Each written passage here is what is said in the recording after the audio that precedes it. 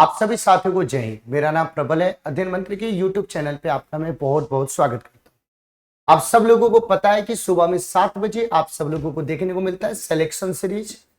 आप लोगों को सिलेक्शन सीरीज हैशटैग कम समय में काम की बात, कम समय में काम की बात। लेकिन इसमें मैं काम की बात क्या पढ़ा रहा हूं कम समय में, तो मैं आप लोगों को दे रहा हूं एनसीईआरटी टू द पॉइंट। मैं आप सब लोगों को क्या दे रहा हूं भाई, एनसीईआरटी टू द पॉइंट। उसी में हम सब लोग आज क्लास 6 की एनसीईआरटी को हम लोग देखेंगे। क्लास 6 में एनसीईआरटी पॉलिटी हम लोग देखेंगे और चैप्टर नंबर 4 हम सब लोग देखेंगे। आज हमें क्या पढ़ना है, पंचायती राज के बारे में पढ़ना है। जैसे हम पंचायती राज के बारे में बात करेंगे तो आप लोगों को पता है कि डिसेंट्रलाइजेशन यानी पावर एक जगह पे आपके सेंट्रलाइज ना हो, शक्ति आपके एक जगह पे केंद्रीकृत आपके ना हो, उसके लिए डिसेंट्रलाइजेशन के प्रोसेस में ये पंचायती राज की व्यवस्था की गई। हम लोग ऐसा नहीं है कि ये पहली बार सुन रहे हैं या अभी सुन रहे हैं या कुछ समय पहले, हम लोग बहुत समय से हम लोग मुखिया, प्रधान, सरपंच, वार्ड मेंबर इस तरीके की बातों को सुनते आ रहे हैं। और ये हमारे इतिहास में भी अलग अलग रूपों में अलग अलग समय से आपको देखने को, सुनने को, जानने को, पढ़ने को हम लोगों को मिलता है। तो हम इस बात को आज की क्लास के माध्यम से समझेंगे कि आखिर में क्या है पंचायती राज व्यवस्था, कैसे आपके काम करता है पंचायती राज व्यवस्था, उन सारी बातों को समझेंगे। तो पंचायती राज व्यवस्था के लिए मैं आप लोगों को बताना चाहता हूं कि आपको इसका लेवल समझना पड़ेगा, इसका टायर समझना पड़ेगा कि कितने इसके लेवल होते हैं। पंचायती राज व्यवस्था के बारे में जब हम बात करें तो पंचायती राज व्यवस्था के 3 स्तर आप लोगों को दिखाई देते हैं।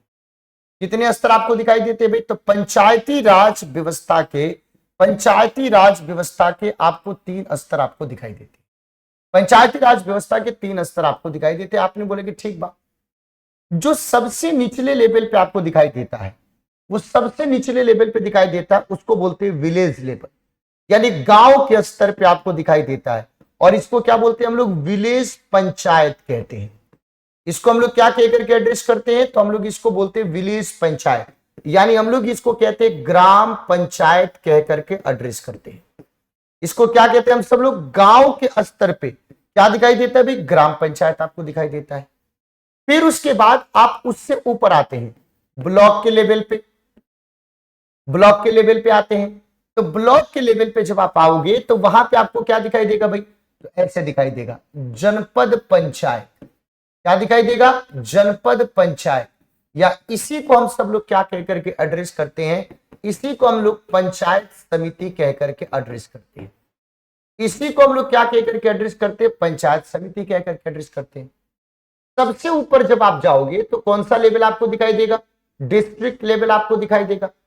जब हम डिस्ट्रिक्ट लेवल के बारे में जब हम बात करें तो डिस्ट्रिक्ट लेवल पे आपको क्या दिखाई देगा, तो आप सब लोगों को समझने की जरूरत है। यहां पे ऐसा दिखाई देगा, या तो इसको कहिए आप जिला पंचायत कहिए, या तो आप इसको क्या कहिए भाई, तो आप ऐसे जिला परिषद भी कह सकते हैं। तो ये 3 स्तर आपको पंचायत में दिखाई देता है, पंचायती राज में दिखाई देता है। सबसे निचले स्तर पे, गांव के स्तर पे आपकी ग्राम पंचायत, ब्लॉक के लेवल पे आपको दिखाई देता है आपको कौन सा भाई, तो जनपद पंचायत या पंचायत समिति। उससे ऊपर जब आप जाते हैं तो डिस्ट्रिक्ट लेवल पे आपको क्या दिखाई देता है, तो जिला पंचायत या जिला परिषद हम लोग कहते हैं। हम लोगों का जो काम है वो किसके बारे में पढ़ना भाई, हम सब लोगों का काम है, तो हम लोगों का काम है ग्राम पंचायत के बारे में पढ़ना। तो देखिए, ग्राम पंचायत के बारे में बात करते हैं तो ग्राम पंचायत बनता कैसे है। अगर आप सब लोगों से ग्राम पंचायत के बारे में जब बात करते हैं तो ग्राम पंचायत सर बनता कैसे, इस बात को भी समझने की जरूरत है। तो ग्राम पंचायत में देखो क्या होता है, अगर आप इसके स्ट्रक्चर को देखिएगा, फॉर्मेशन को देखिएगा, तो एक या एक से ज्यादा गांव को मिला करके भाई, एक से ज्यादा गांव को मिला करके, जैसे मान लीजिए कि कोई गांव बहुत बड़ा होता है तो एक ही गांव ग्राम पंचायत होगा, या छोटे छोटे गांव होते हैं तो गांव को मिलाकर के ग्राम पंचायत आपको बनाया जाएगा। ठीक है, अब इस ग्राम पंचायत के अंदर अगर हम बात करें तो इस ग्राम पंचायत में कौन होता है भाई, तो इस ग्राम पंचायत में सबसे महत्वपूर्ण भूमिका में कौन होती है भाई, ग्राम सभा। सबसे महत्वपूर्ण भूमिका में कौन सा होता है, ग्राम सभा। और इसी ग्राम सभा के प्रति ये जो आपके ग्राम पंचायत है वो आपके जिम्मेवार होता है।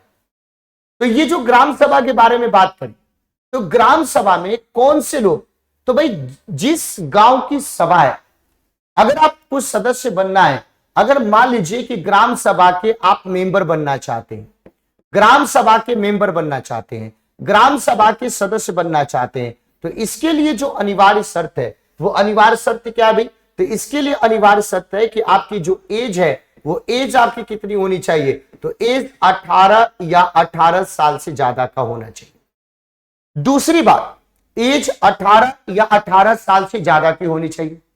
उसके बाद आप वोटर होने चाहिए, यानी कहने मतलब कि मतदाता होने चाहिए, और आपका नाम उस ग्राम सभा के, उस ग्राम सभा जिसके अंदर आता है उस ग्राम सभा के वोटर लिस्ट में आपका नाम हो भाई, उस ग्राम सभा के वोटर लिस्ट में आपका नाम हो, तभी जाकर के उस ग्राम सभा के आप सदस्य बनेंगे, तभी जाकर के आप उस ग्राम सभा के क्या बनेंगे भाई, तभी जाकर के उस ग्राम सभा के आपको ध्यान रखने की जरूरत है भाई, आप सदस्य बनेंगे। तो आप लोगों को यह बात ध्यान रखने की जरूरत है भाई, तो 18 साल से ज्यादा का हो, वोट देने का अधिकार हो, और जिसका नाम गांव के जो गांव है आपके, उस गांव के मतदाता सूची में जिसका नाम हो भाई, उस गांव के, उस विलेज के वोटर लिस्ट में जिसका नाम हो, वही आपके ग्राम सभा का सदस्य बनता है।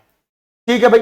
अब लेकिन ग्राम सभा के जो सदस्य होते हैं वो अपने मुद्दों को, वो अपने इशूज को ग्राम पंचायत के समक्ष उठाते हैं। लेकिन सर ग्राम पंचायत में कोई आपके प्रधान भी तो होगा, ग्राम पंचायत में सबसे प्रमुख पद भी तो होगा।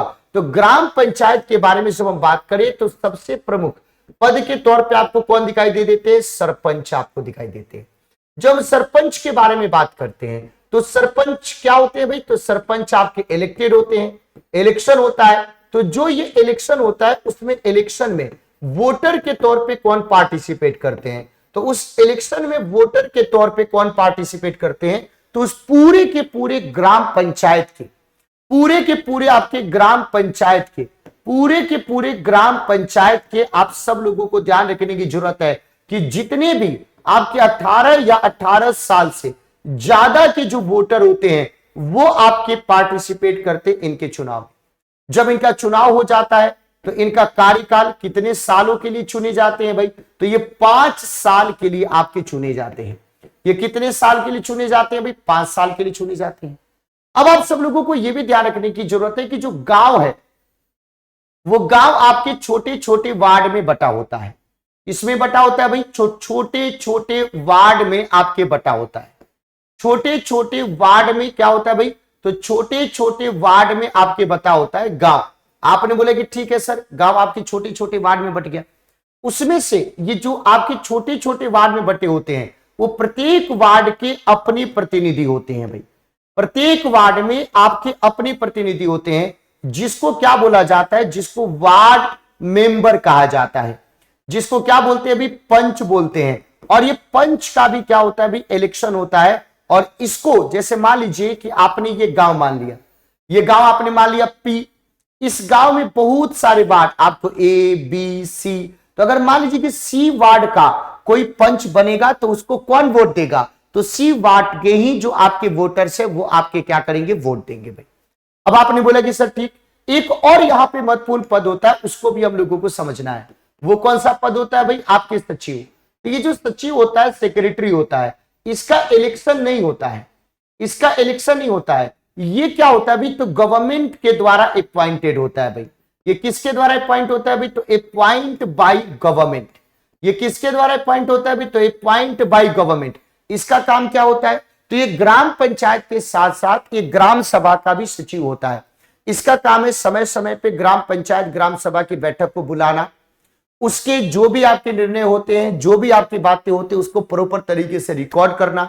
और ये सरकार के प्रतिनिधि के तौर पे उस ग्राम पंचायत में होता है, जिसको हम लोग क्या बोलते हैं, सचिव बोलते हैं। ये पूरे तरीके से रिकॉर्ड को आपको मेंटेन करता है। अब आपके अंदर क्वेश्चन होगा कि सर अगर हम ग्राम पंचायत में बात करें तो ग्राम सभा के लोग क्या करते हैं, तो ग्राम सभा के लोग उस गांव के आपके इशूज को उठाते हैं सरपंच के सामने, पंच के सामने। वो चाहे लोकल इशूज कोई भी, चाहे नाली की व्यवस्था हो, मंदिर की व्यवस्था हो, मस्जिद की व्यवस्था हो, गुरुद्वारे की व्यवस्था हो, चर्च की व्यवस्था हो, आपके किसी काम को करने की व्यवस्था हो, किसी आयोजन को करने की व्यवस्था हो, किसी को कोई अधिकार मिल रहा है, किसी को अधिकार न मिल रहा है, उसके इश्यूज को उठाते हैं। वो किसके सामने भाई? सरपंच के सामने, पंच के सामने। और वहां पे ग्राम सभा में इन सारी बातों को, ग्राम सभा के माध्यम से इन सारी बातों को रखा जाता है और उसके ऊपर उचित निर्णय लिया जाता है। अब आपने बोला कि सर इनकी आमदनी का स्रोत क्या है? ग्राम सभा की अगर हम इनकम के बारे में बात करेंगे तो ग्राम सभा की इनकम का स्रोत क्या है? तो देखिए, ग्राम सभा की इनकम के स्रोत के बारे में समझना है कि जो जिला पंचायत है वो आपको ध्यान रखने की जरूरत है कि इसकी मदद से, किसकी मदद से भाई? पंचायत समिति की मदद से। वो आपके क्या करता है भाई? तो ये आपको ध्यान रखने की जरूरत है कि जिला पंचायत, ये जनपद पंचायत या पंचायत समिति के माध्यम से ग्राम पंचायत को आपके वित्त का आवंटन करता है भाई। क्या करता है भाई? वित्त का आवंटन करता है, यानी राशि आपकी जो है आपके विकास के लिए उपलब्ध करवाता है। तो एक तो सरकार के द्वारा आपको प्रदान किया जाएगा, सरकार के द्वारा प्रदान किया जाएगा। दूसरा, आप लोग चंदा भी इकट्ठा कर सकते हैं। और तीसरा, आप गांव में मेला लगता है या कोई आयोजन होता है तो उसमें भी आप टैक्स लगा सकते हैं, उससे भी आप जो प्राप्त करते हैं, और इस प्रकार से जो भी आपके पास पैसा आता है उससे गांव का विकास कर सकते हैं। अगर मान लीजिए कि बहुत बड़ा गांव है, बहुत ज्यादा लोग हैं और बहुत सारे काम है, तो उसको इस ग्राम सभा में से कुछ सदस्यों को लेकर के अलग अलग समिति भी बना सकते हैं और उसको ले जाकर के क्या कर सकते हैं भाई? उसके माध्यम से चीजों को इंप्लीमेंट कर सकते हैं। अब मान लीजिए कि आपकी क्या हो गया भाई? गांव में आपकी झगड़ा हो गया, लड़ाई हो गई, यानी किसी प्रकार का मारपीट हो गया, प्रॉब्लम हो गया, समस्या हो गया, या आपकी दुर्घटना हो गई। तो उन सारी के सारे मसलों को अगर गांव के लेवल पे इस ग्राम पंचायत में आपको सुलझाया गया, तो उस रिपोर्ट को कहां पे लेकर के जाएंगे? तो आप अपने पुलिस स्टेशन में लेकर के जाएंगे। तो यहां पे आपके क्या होता है भाई? पुलिस स्टेशन में लेकर के जाएंगे। तो पुलिस स्टेशन का कॉन्सेप्ट आता है। तो पुलिस स्टेशन, सारे क्षेत्र के अपने अपने एक पुलिस स्टेशन आपके होते हैं, सारे के सारे क्षेत्रों के अपने अपने पुलिस स्टेशन होते हैं। वहां पे आप अपनी समस्या को लेकर के जाते हैं, किसके पास भाई? जो स्टेशन हाउस ऑफिसर होता है उसके पास, एसएचओ के पास लेकर के जाते हैं भाई, एसएचओ के पास लेकर के जाते हैं। आप बोले कि ठीक है। अब एसएचओ पहले दोनों पक्षों को, जिनके बीच में विवाद है, उनको आमने सामने रख करके उसके समस्या का समाधान का प्रयास करता है। कि जब आपके नहीं हो पाता है तो आप क्या लिखा देते हैं भाई? FIR, फर्स्ट इंफॉर्मेशन रिपोर्ट आप लिखवा देते हैं, और उसके माध्यम से जो पुलिस है उस चीजों की जांच करती है, उसकी निगरानी करती है, पूछताछ करती है, उसके ऊपर रिपोर्ट तैयार करती है और फिर आगे के आपके फैसले को आपके लेती है। तो इस पूरे कानून व्यवस्था को बनाए रखने के लिए यहां पे है। अब आप लोग देखिए, एक एक्ट आया हमारे यहाँ पे, हिंदू एक्ट 2005। ये क्या भाई? तो अगर किसी व्यक्ति का डेथ हो गया, अगर मान लीजिए कि किसी पर्सन का डेथ हो गया, तो उस पर्सन के डेथ हो जाने के बाद, उस आफ्टर डेथ, मतलब इसके डेथ के बाद अब क्या होगा भाई? आफ्टर डेथ उसका जो प्रॉपर्टी है, उसका जो संपत्ति है, उस संपत्ति का बंटवारा समान रूप से होगा। उसके संपत्ति का बंटवारा समान रूप से होगा। किसमें भाई? तो उसके बेटों में होगा, बेटों को भी समान, बेटियों को भी समान, और जो उसकी पत्नी है उस पत्नी को भी समान आपके मिलेगा। तो जो संपत्ति का बंटवारा है वो बेटा, बेटी और आपकी जो उसकी पत्नी है उन सब में बराबर, यानी पहले महिलाओं को प्रॉपर्टी के राइट नहीं थे, लेकिन इस अधिनियम के बाद आप महिलाओं का प्रॉपर्टी राइट देख सकते हैं। तो ये हमारा आपका क्या है भाई? चैप्टर है। मैंने आप लोगों को पिछली क्लास में ये बताया था कि जो भारतीय राज्य की सरकार है वो किस प्रकार की है भाई? तो किस प्रकार की सरकार है, तो आप लोग होमवर्क में इसका आंसर जरूर दीजिएगा। लेकिन मैं ये आप लोगों को बता देता हूं कि लोकतांत्रिक सरकार है भारत में। अब आप लोगों को जो होमवर्क में आपको बताना है आंसर, वो ये बताना है, HW ये है।